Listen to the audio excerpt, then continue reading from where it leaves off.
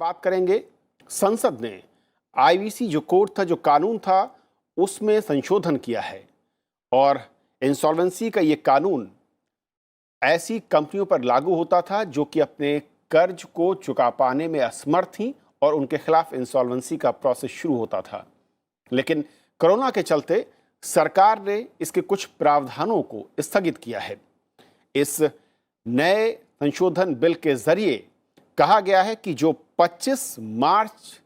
के बाद की स्थिति है उसमें अगले 6 महीने तक किसी भी कंपनी के खिलाफ इंसॉल्वेंसी का प्रोसेस शुरू नहीं किया जाएगा और इस कानून में, जो मौजूदा कानून है, उसमें जो धाराएं थी 7, 9 और 10, उन्हें स्थगित करने का फैसला किया गया है इस संशोधन के जरिए। तो समझेंगे कि असल में इस कानून में जो संशोधन किया गया है, जिन धाराओं को स्थगित किया गया है, इसकी जरूरत कोरोना काल में कितनी है। उद्योग जगत इसकी मांग कर रहा था और इसका असर अलग अलग सेक्टर या उद्योगों पर क्या पड़ेगा, और इसके अलावा जब अनलॉकडाउन के बाद वापस अर्थव्यवस्था वापसी के संकेत दिख रहे हैं, ऐसे में इस संशोधन के बाद किस तरीके की सहूलियत उन कंपनियों को मिलेगी और उसका फायदा ओवरऑल इकोनॉमी पर हम क्या देख सकते हैं या उम्मीद कर सकते हैं। और इसे समझेंगे अपने 3 खास मेहमानों के जरिए। हमारे साथ मौजूद हैं अजय शंकर साहब, जो कि फॉर्मर सेक्रेटरी हैं DIPP, ministry of government of India में आप रहे हैं, मिनिस्ट्री ऑफ कॉमर्स और इंडस्ट्री में। सर, बहुत बहुत स्वागत आपका। हमारे साथ दूसरे खास मेहमान डॉक्टर पीके कौशिक हैं, प्रोफेसर हैं फाइनेंस और अकाउंटिंग, AJNIFM से, आपका स्वागत है। हमारे साथ अनूप रावत साहब हैं, जो कि मेंबर हैं फिक्की की एसेट कमेटी के। बहुत स्वागत है अनूप जी आपका। शुरुआत में अनूप जी आपसे करना चाहूँगा, क्योंकि जब मार्च में और उसके बाद हमने जो देखा कोरोना का काल और ख़ासतौर पर लॉकडाउन, एक बड़े सेक्टर्स में कहूँ कि एक बड़ी मांग थी अलग अलग सेक्टर्स की, जो इंडस्ट्रीज़ हैं, कि कोरोना के चलते कई सारी कंपनियां स्ट्रेस में आई और इसीलिए उनको फिलहाल कुछ राहत सरकार की ओर से मिलनी चाहिए थी। और इस बिल में संशोधन जो किया गया है वो शायद उन्हीं को फोकस करते हुए किया गया है। कैसे देखते हैं इस संसद के इस जो बिल, उसमें संशोधन किए गए हैं और उसकी जो मांग थी अलग अलग स्टेक होल्डर की ओर से? जो ये अमेंडमेंट आया है, इसकी मांग, इसकी डिमांड बहुत टाइम से बहुत सारे इंडस्ट्रियलिस्ट कर रहे थे, बट उम्मीद साथ में ये भी थी कि जो ये रिलीफ मिलेगा, इसके साथ साथ जो आईबीसी के बाहर का एक फ्रेमवर्क है, उसमें भी रिलीफ आएंगे और बिजनेसेस को रेजोल्यूशन के लिए वहाँ से भी एक बहुत बड़ा रिलीफ मिलने की गुंजाइश थी। आरबीआई जो कि रेगुलेटर है आईबीसी के बाहर, जहाँ पे रेजोल्यूशन होते हैं, वो आरबीआई के गाइडलाइंस के अंदर होते हैं। आरबीआई ने कोशिशें की हैं, बट आज हमें ऑलमोस्ट 6 महीने हो गए हैं और ये देखा जाता है कि बहुत सारे रेजोल्यूशन आईबीसी के बाहर भी नहीं हो पाए हैं। इंटेंशन बहुत अच्छी थी कि जो भी कोविड टाइम पर डिफॉल्ट होता है, उस डिफॉल्ट को इंसॉल्वेंसी कमेंसमेंट का ट्रिगर ना माना जाए। 6 महीने के बाद अब ये ऐसा लगता है कि क्योंकि बहुत सारे रेजोल्यूशन आईबीसी के बाहर नहीं हो पा रहे हैं, उसके बहुत सारे कारण हैं। उन कारणों को अगर हम डिस्कस करना चाहें तो शायद आज का दिन भी कम पड़ेगा, बट इन रिजल्ट्स को देखते हुए ऐसा लगता है कि हम लोगों को ये दोबारा सोचने की जरूरत है कि इंसॉल्वेंसी को सस्पेंड करके क्या हम डिजायर्ड रिजल्ट लेके आ पा रहे हैं या नहीं। मुझे लगता है पर्सनली कि अगर हम इंसॉल्वेंसी कोड के अंदर ही इंस्टीट्यूशंस को स्ट्रेंथन करें और प्रोसेस को और इफेक्टिव, मजबूत बनाएं, तो ये इंसॉल्वेंसी का प्लेटफॉर्म भी एग्जिस्टिंग बिजनेसेस को रिलीफ देने के लिए बहुत कामयाब बन सकता है। अब उसके बहुत सारे पहलू हैं, अब वो पहलू डिस्कस करें तो उसमें बहुत समय लग सकता है, बट ब्रीफली मेरा मानना यही है कि हम लोगों को इसको एक रीलुक करना पड़ेगा कि हमें जो डिजायर्ड रिजल्ट था वो मिला कि नहीं। ओके अनु साहब, लेकिन दो चीज़ें मैं शेयर करना चाहूँगा दर्शकों से कि जो आपने बात कही कि आरबीआई की जो टूल्स हैं आप चाह रहे हैं कि उसको ज़्यादा और व्यापक अधिकारों के साथ इस प्रोसेस के साथ जुड़ा जाए, क्योंकि मुझे ऐसा लगता है कि संसद को इस कानून को इसलिए लाना पड़ा जो कि एक मांग थी इंडस्ट्री की, और दूसरा इसलिए सस्पेंड किए गए क्योंकि इसके ज़रिए कोशिश ये है कि थोड़ा सा कुशन, थोड़ा सा कवर मिल पाए उन उद्योग जगत को, उन इंडस्ट्रीज़ को, छोटे मझोले या बड़ी उद्योग हैं जो कि कोरोना के चलते प्रभावित हुए हैं। और इस कानून के रहते जो दूसरे मैं कहूं कि ऑप्शंस थे उसकी तरफ आप नहीं जा सकते थे, क्योंकि ये कानून बाध करता था। और इसीलिए शायद जो धाराओं को सस्पेंड किया गया है, जो जिन्हें स्थगित रखा गया है 6 महीने के लिए, कहा गया है कि इस प्रोसेस को आगे बढ़ाने के लिए, वो ज़रूरी था कानूनी तौर पर। अगर मैं गलत नहीं हूं अजय सर, तो शायद रास्ता यही था जिसकी शुरुआत सरकार ने की है, और आरबीआई ने जो अपने पिछले 3 सर्कुलर जारी किए हैं जिसमें कहा है कि हम और कदम उठाएंगे, कंपनियों में जो स्ट्रेस है और जिस तरीके से कोरोना का इम्पैक्ट हुआ है उसके लिए अलग अलग मदद की बात हो या फिर उनको कुछ कुशन या सहूलियत देने की बात हो। इसको ऐसे देखने की जरूरत है कि जो आईबीसी का कोड बना था वो एक बहुत बड़ा सुधार माना गया था कि भाई उसके पहले हमारे यहाँ एक बाजारी व्यवस्था थी, लेकिन जो असफल होते थे वो कंपनियां आसानी से न बंद हो पाती थी, न उनके जिनका उनके ऊपर कर्जा था उनको कोई एक फाइनल जो कुछ मिल सकता है उनको मिल पाता था। तो आईबीसी कोड एक बहुत बड़ा आर्थिक सुधार का कदम था। अब 25 मार्च की तारीख को आए और देश में लॉकडाउन हो गया। इस जो पहला क्वार्टर गया है उसमें 24% जीडीपी में गिरावट आई है और सारा कारोबार बंद था। तो यह बहुत आवश्यक था कि आईबीसी की प्रक्रिया को एक तरीके से रोक दिया जाए, एक फोर्स मेजोर की स्थिति थी। तो इसलिए सरकार पहले ऑर्डिनेंस लेके आई कि भाई हम 6 महीने तक, और अब जो बिल पास हुआ में 6 महीने तक, हो सकता है 6 महीने और भी बढ़ा दें, क्योंकि जब आप बाजार में काम कर ही नहीं सकते हैं, न उत्पादन कर सकते हैं, न बेच सकते हैं, तो आपके ऊपर जो कर्ज है वो कैसे आप अदा करेंगे। तो इसलिए ये बहुत आवश्यक था और ये बहुत सराहनीय कदम था और अच्छा हुआ कि सही समय पर लिया गया। लेकिन जो इसके पीछे जो उद्देश्य सरकार का है और आरबीआई का है कि कोरोना की वजह से जो भी कठिनाइयां आई हैं उसकी वजह से कंपनियां बंद ना हो। बिल्कुल, क्योंकि जब कोरोना चला जाएगा तो हम ये नहीं चाहेंगे कि हमारी जो कंपनियां थी जो बैंकरप्ट नहीं थी या जो आईबीसी के तहत नहीं आ रही थी 25 मार्च के पहले, वो कोरोना की वजह से आईबीसी या बैंकरप्सी में चली जाए या बंद हो जाए। तो इसलिए सरकार ने एक बड़ा कदम तो ये लिया कि साहब हमने इस पे एक मॉरिटोरियम कर दिया। और ये कानून जरूरी था क्योंकि जो हमारा आईबीसी का कानून था उसमें बैंकों के अलावा भी और किसी का कर्जा हो तो वो भी आईबीसी की प्रक्रिया को शुरू कर सकता था, तो उन पे रोक लगाना जरूरी था। लेकिन इसको अगर पूरे परिप्रेक्ष्य में देखें तो साथ साथ आरबीआई ने ये कहा कि लोन की अदायगी में एक मॉरिटोरियम रहेगा, और अब कामत कमेटी की गाइडलाइंस आई है कि लोन्स को या जो कर्ज है उसकी रिस्ट्रक्चरिंग हो सके, क्योंकि अब ये माना जा रहा है कि रिस्ट्रक्चरिंग के बिना भी कंपनियों को बचाना मुश्किल होगा। और कठिनाई ये है कि आज की तारीख में ये कहना मुश्किल है कि कब बाजार में आर्थिक जो काम है वो 25 मार्च की पहली की स्थिति में आ जाएगा, इसमें कोरोना का हम माने कि असर खत्म हो गया। अभी आज की तारीख में कहना बड़ा मुश्किल है क्योंकि हमें पता नहीं कब तक कोरोना चलेगा, कैसे चलेगा,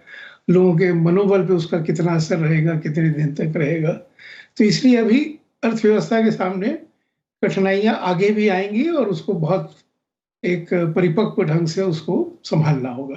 लेकिन अभी तक जो कदम लिए गए हैं वो सब आवश्यक रहे हैं और उससे कम से कम हम उस रास्ते पर हैं कि हमारी कंपनियां बची रहें, जबकि जिससे कि जब साधारण स्थिति लौट के आए तो अपनी पूरी क्षमता के अनुसार आगे बढ़ सकें और अर्थव्यवस्था को आगे ले जा सकें। केपी कौशिक साहब, जिस तरीके से, क्योंकि 25 मार्च हम देखते हैं जो कि एक बेस लाइन या बेस डेट कही जा रही है कोरोना के लॉकडाउन को लेकर हो, और उसके बाद और जैसा कि कहा ऐसा ने बहुत इम्पोर्टेंट हो जाता है कि कोरोना कितना लंबा चलेगा हम कोई नहीं जानता है, और लेकिन कंपनियों का बने रहना मार्केट में या प्रोडक्शन में या उस चेन में, ये सबसे इम्पोर्टेंट है। और उस दिशा में ये जो कदम है सस्पेंशन का आईबीसी को उन कंपनियों के लिए, ये कितना महत्वपूर्ण दिखता है ओवरऑल इकोनॉमी के लिए, और अगर इंडस्ट्री के सेक्टर वाइज को भी समझना चाहें कि अलग अलग सेक्टर के लिहाज से तो भी। देखिए, मैं दर्शकों को बताना चाहूँगा कि ये जो भारत सरकार ने किया है, जो राहत दी है, ये एक पेपर वर्ल्ड बैंक ग्रुप ने 13 अप्रैल 2020 को प्रकाशित किया था। उस पेपर में भी यही जिक्र किया गया कि जो भी इंसॉल्वेंसी से संबंधित नियम है और जो बाकी जो उद्योगों की स्थिति खराब हुई है, उनको हमने राहत देनी है। तो हमारी जो सरकार का निर्णय है वो वर्ल्ड बैंक के निर्णय से भी मैच खाता है। अब अगर आप देखें कि कोविड में डिमांड कम हुई है, जो सप्लाई चेन है वो डिस्टर्ब हुई है, उधार माल मिलना कम हुआ है, एनपीएज बढ़े हैं, उसके बाद इंसॉल्वेंसी की जो फाइलिंग है वो भी अधिक हुई है, और कई व्यक्तियों ने तो अपनी संपत्तियों को फायर सेल कर दिया है। इन सब के होते हुए कोई ऐसा उद्योग नहीं है, इकोनॉमी तो है ही, जिसके ऊपर इसका विपरीत असर ना पड़ा। मात्र जो हम हर रोज की वस्तुओं का प्रयोग करते हैं, साबुन वगैरह, और जो खाद्य सामग्री है या जो दुकानें खुली रही, उन पे असर थोड़ा कम रहा। मैं ये कहूँगा कि जो सर्विस सेक्टर और मैन्युफैक्चरिंग सेक्टर है, इसमें मैन्युफैक्चरिंग सेक्टर में इसका ज़्यादा असर पड़ा है। क्यों? और मैन्युफैक्चरिंग में भी मैं कहूँगा कि ऑटोमोबाइल इंडस्ट्री में इसका इफेक्ट जो है वो थोड़ा ज़्यादा रहा। पर जब मैं ये कह रहा हूँ तो मेरा ये मतलब नहीं कि सर्विस क्षेत्र में इसका प्रभाव नहीं पड़ा। Hotel industry, transport industry, aviation industry, इसमें तो इसका असर सबसे ज़्यादा देखने को मिला है। तो एज सच हम ये नहीं कह सकते कि किसी एक विशेष इंडस्ट्री पर कोविड का इफेक्ट या प्रभाव ज़्यादा पड़ा है, बल्कि ये हर एक कंपनी की अपनी वित्तीय स्थिति 25 मार्च को क्या थी उसके ऊपर निर्भर करेगा। कुछ ऐसी कंपनियां थी जो बहुत अच्छे काम कर रही थी, जो अच्छा काम कर रही थी उनमें कुशन था, फाइनेंशियल कुशन था, तो वो उनके ऊपर प्रभाव कम पड़ा। कुछ ऐसी कंपनियां थी जिनके ऊपर जो बिल्कुल मार्जिन पे थी, जो कंपनी मार्जिन पे थी उनको इस राहत का सबसे ज्यादा फायदा मिला, और सरकार ने बहुत अच्छी राहत दी है। ये न केवल सेक्शन 7, सेक्शन 9 और सेक्शन 10 के बारे में, मतलब एक नई सेक्शन डालकर, सेक्शन 10A डालकर हमें थोड़ी राहत दी है, बल्कि एक और सेक्शन डाल दी है सेक्शन 66 में, 66 में, उसमें सेक्शन सब 3 डाल दिया है। उसमें ये राहत दी गई है कि जो अब कोरोना की वजह से अपने पैसे का भुगतान नहीं कर पा रहे हैं और उनके खिलाफ अभी नहीं, राहत तक नहीं, बल्कि अंत तक उनके खिलाफ कभी भी कोई प्रोसीडिंग इंसॉल्वेंसी की नहीं की जा सकती। तो ये एक बहुत सराहनीय का कदम है। और इसके अलावा जो पीछे 26 सेक्टर्स, हालांकि हम कहते हैं सरकार ने राहत दी, पर वो 26 आइडेंटिफाई किए गए थे, पर राहत सबको मिली,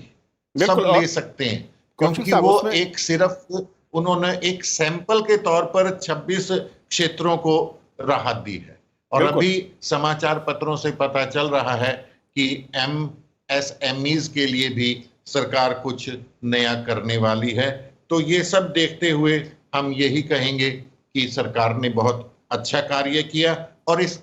एक्ट एक्ट का उद्देश्य ये नहीं है कि हमने इंसॉल्वेंसी डिक्लेयर करनी है कंपनीज की, बल्कि इसको एक डराने के माध्यम की तौर पे यूज किया गया है कि अगर कोई व्यक्ति डिसिप्लिन्ड नहीं है तो उसको इंसॉल्वेंट आसानी से किया जा सकता है। तो इस डर से काफी लोग अब मतलब इंसॉल्वेंसी से बच पा रहे हैं, क्योंकि इस एक्ट का जो मेरे अनुसार उद्देश्य है वो ये है कि company should function like a going concern. बाकी इसमें जो कौशिक साहब आपने कहा, मैं थोड़ा सा जोड़ना चाहूंगा। बिल्कुल आपने ठीक कहा कि जो 26 सेक्टर्स की बात आ रही थी, ऐसा नहीं है, क्योंकि खुद इसी कार्यक्रम में कामत साहब ने साफ किया था कि 300 से ज़्यादा अलग अलग सेक्टर, सब सेक्टर और जो अलग अलग फील्ड जितने भी हम सोच सकते हैं जो कि इकोनॉमी में हेल्पफुल होते हैं, उन सभी वो उसके दायरे में है जो कि उनको मदद के लिए आरबीआई को रिकमेंड किया गया है। और अजय सर भी हमारे साथ थे उस शो में। अजय सर, ये बहुत इंपॉर्टेंट है, जैसा कि कौशिक साहब ने कहा है कि इंसॉल्वेंसी का मतलब डर पैदा करना नहीं है, बल्कि ये है कि कंपनियों की फंक्शनिंग अच्छी हो और वो अपना जो काम कर रही हैं प्रोडक्शन से लेकर जो भी दूसरे सेक्टर्स में, उसको सुचारू ढंग से नियमित तरीके से चलाएं और उसके लिए सीरियस रहें। और ऐसे में ये जो क्वेश्चन सरकार की ओर से है, चाहे वो आरबीआई के थ्रू मिला हो या फिर इस संशोधन के जरिए, वो कितनी ज़्यादा सहूलियत आपको लगता है देता है, और ऐसे में अब इंडस्ट्री का रोल और उनके जो कदम हैं वो किस तरीके से हमें नजर आने चाहिए? एक और निर्णय सरकार ने लिया था स्टिमुलस पैकेज में, वो ये था कि जो छोटे उद्योग हैं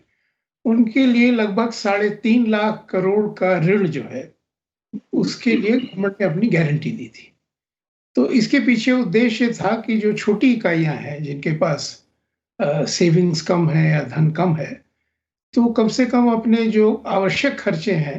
वो कर सके ऋण लेके। जैसे फैक्ट्री है, दुकान का किराया है, बिजली का बिल है इत्यादि, या कुछ मजदूर हैं या मैनेजमेंट है तो उनको रखें और उनकी तनख्वाह दे सकें ना। ये सुविधा अभी तक बड़े उद्योगों को नहीं दी गई है। तो क्योंकि रिकवरी में भी वक्त लगने की संभावना है, तो कुछ विचार करना पड़ेगा बैंकों को कि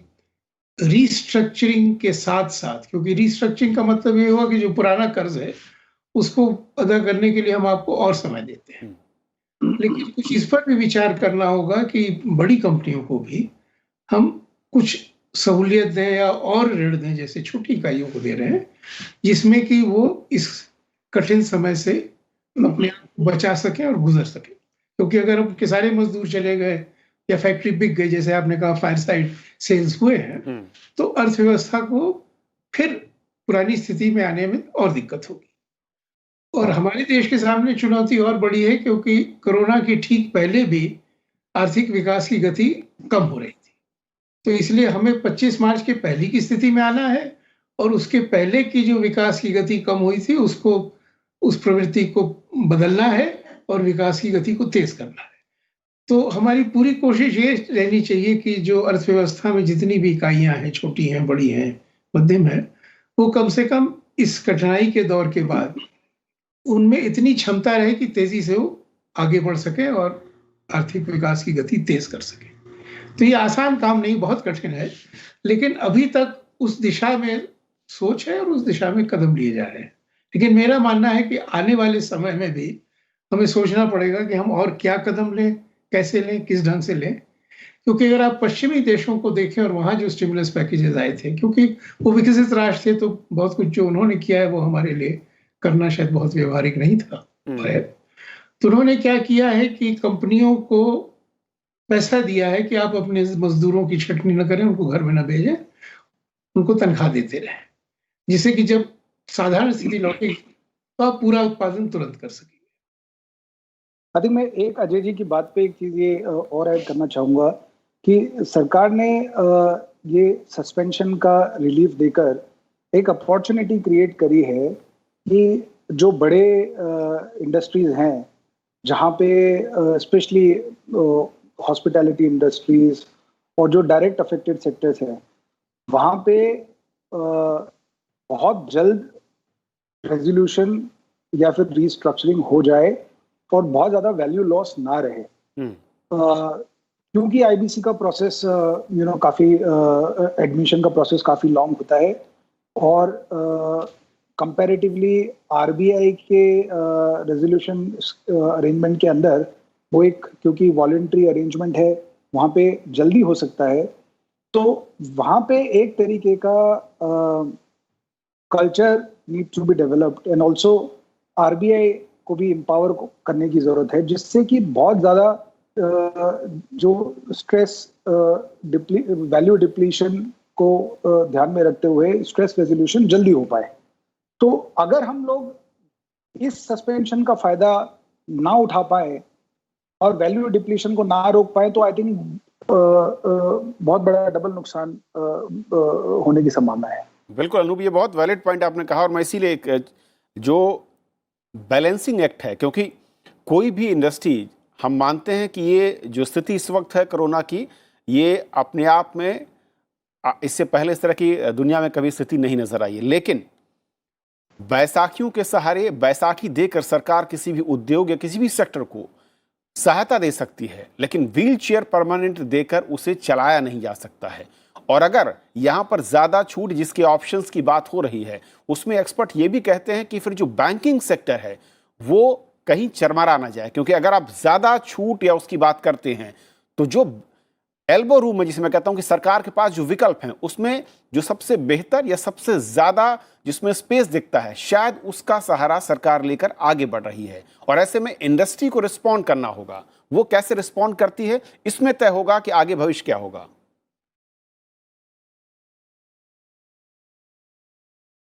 बिल्कुल बिल्कुल सही, आपने बिल्कुल सही बात करी आपने। और 6 महीने, जैसा मैंने पहले अपने टिप्पणी में कहा कि 6 महीने हम लोग ऑलरेडी हो चुके हैं, ऑलमोस्ट हो चुके हैं फ्रॉम दी जो पहला मॉरेटोरियम डिक्लेयर हुआ था, पहला सस्पेंशन डिक्लेयर हुआ था ऑर्डिनेंस के जरिए। अगर इस सस्पेंशन को सरकार को लगता है कि इसको आगे बढ़ाना जरूरी है, तो हमारे पास दूसरे विकल्पों को भी स्ट्रेंथन करना पड़ेगा। अगर दूसरे विकल्प स्ट्रेंथन नहीं हुए तो जो ये स्ट्रेस है वो अक्यूमुलेट होता रहेगा, और एक साल के अंत में हमारी प्रॉब्लम फिर से वहीं पे खड़ी हो जाएगी। और मैं ये भी कहूंगा कि एक विकल्प जो कंपनीज के पास रहता था कि वो खुद, अगर उनको लगता है कि हम लोग इंसॉल्वेंसी के जरिए ही रेजोल्यूशन लेके आ सकते हैं, तो आई थिंक एक वो विकल्प अगर सरकार उसको कंसिडर करे, तो वो विकल्प सेक्शन 10 का जो विकल्प था, आई थिंक वो खुला रहना चाहिए। इसके ऊपर चर्चा की जा सकती है। और मैं ये भी कहूंगा कि ये जो पीरियड है जिसमें सस्पेंशन है, और जितने भी हमारे इंस्टीट्यूशंस हैं जो कि आईबीसी को इम्प्लीमेंट करते हैं, आई थिंक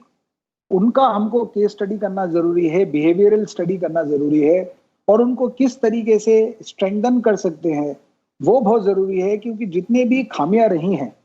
पुराने आईबीसी के केसेस में, वो खामियां एक साल के बाद दोबारा आके ना खड़ी हों, उसके लिए हमें ये पीरियड हमें यूटिलाइज करके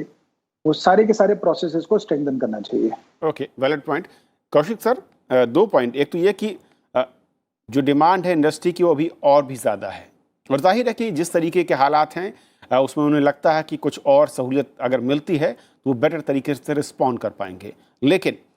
इंडस्ट्री के लिए यहाँ पर चैलेंज क्या दिखता है, इतनी ज़्यादा रियायत और सहूलियत के बाद, चाहे वो आरबीआई की ओर से हो या फिर सरकार की ओर से इस तरीके के अमेंडमेंट के साथ। और दूसरा चैलेंज इसे लागू करने को लेकर, जिसका जिक्र थोड़ा सा इशारा किया अनूप जी ने, कि ऐसा ना हो कि अगर बाकी विकल्प एक साथ नहीं आते हैं तो हम कुछ टाइम फ्रेम में, कुछ वक्त तक इसे टाल लें, लेकिन हालात ज़्यादा नहीं बदलेंगे। इंसॉल्वेंसी क्या है कि एक आइडिया जो एक्सेल शीट पे बहुत अच्छा लग रहा था, जब हमने उस पे कार्य किया तो वो ठीक रूप नहीं ले पाया। सरकार ने जितने भी अभी तक राहत दी है वो बहुत अच्छी राहत है, बस हमें एक चीज देखना है कि हमने उसका यूज करना है, मिसयूज नहीं करना है। जहां तक अभी सेक्शन 10 की बात आई थी, वो प्रारंभिक रूप से तो लगता है कि एक अच्छा आइडिया है कि कोई व्यक्ति अपने आप को इंसॉल्वेंसी मतलब फाइल कर दे तो बहुत अच्छी बात है, पर अगर सेक्शन 10 में राहत ना दी होती तो ये जो सेक्शन 7 और सेक्शन 9 वाले लोग हैं ये उस ऑनर के ऊपर प्रेशर डाल सकते थे कि हम तो इंसॉल्वेंसी पे नहीं जा सकते, या आप पैसे दो या आप खुद इंसॉल्वेंट हो जाओ। तो कहने का मतलब मैं ये कहना चाह रहा था कि जो हुआ है वो बहुत अच्छा हुआ है, और हमें मतलब इस राहत से हमारे जो कंपटीटर हैं इंडस्ट्री में, कुछ अच्छे उद्योग शायद ये मानते होंगे कि ये ठीक नहीं हुआ है क्योंकि उनको इसकी जरूरत नहीं थी, पर जो अच्छे उद्योग हैं वो तो ये मानेंगे। जो फाइनेंशियली अच्छे उद्योग नहीं है, इकाइयां नहीं है, वो इसकी सराहना करेंगे। तो इस राहत से जो इकाइयां फाइनेंशियली इतनी स्ट्रांग नहीं है वो उनको समय मिल गया है अपने आप को ठीक करने का, और उम्मीद करते हैं कि इस राहत से वो अपने आप को ठीक कर पाएंगी और वो भी अच्छी काम करेंगी, और जो अच्छी इकाइयां हैं वो भी काम अच्छा करेंगे, और इकोनॉमी देश की एज ए होल बहुत अच्छा करेगी, ऐसा मैं मानता हूं। चलो सर, वक्त कम है लेकिन बहुत शुक्रिया आप तीनों मेहमानों का। और जैसा कि कहा हमारे पैनलिस्ट ने कि जो सबसे अहम है कि ज़रूरत और मांग इन संशोधनों की थी जिसे संसद ने पूरा किया है, लेकिन चैलेंज वही है कि इसका मिसयूज़ कंपनियां ना करें और इसका सही मायने में जो है